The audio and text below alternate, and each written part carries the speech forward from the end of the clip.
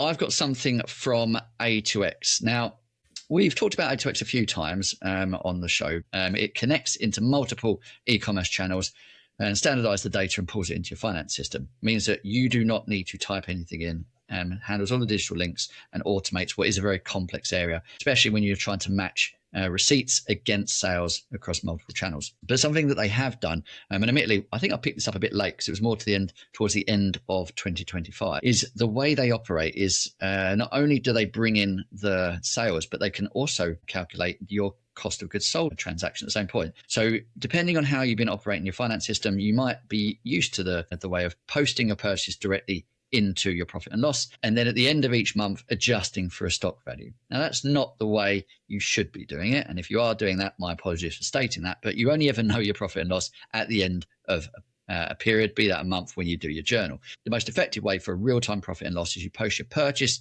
to a stock code, and then when you make your sale, the cost of goods gets removed from your inventory and put into your profit and loss at the same time the sale, creating your profit on that individual item. Reiterate that or do that over all the things you're selling, and you get a real-time view and a real-time inventory value. Now and again, you have to make some adjustments just to make sure that you've allowed for any lost or depleted or damaged stock, but generally you're getting a real-time inventory value as well. And something that A2X has done for a while is do that calculation. You can put in your purchase values into A2X, and when then you sell the product, it will do the cost of goods sold adjustment at the same time. But something it hadn't been doing, and I think this is quite common around these kind of connector tools, is it wasn't doing this for refunds. So you would have your debit to the sales code, removing the sale when you've done the refund, but you wouldn't be removing cost of goods sold. So this then skews your profit and loss for anything when you've got a refund, because now your costs are overstated. Something they brought in is the automatic adjustment for that. So when you are now doing a refund and the transaction essentially has gone out,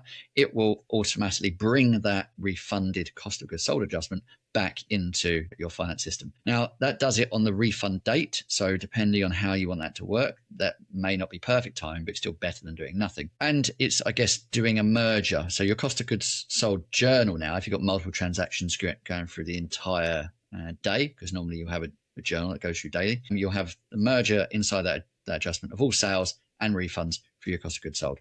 It's not huge, but critical if you're going to be having these automatic journals, taking stuff out of stock and putting it into your P&L. Yeah, A2X is a really nice example of a company that just does one thing really well, and they seem to have had their own way for a lot of years. I don't know that there's anyone really in that space that are challenging them at this point. Is there anyone you've come across, Ryan? There are challengers out there. I don't think they've got as good a brand as A2X.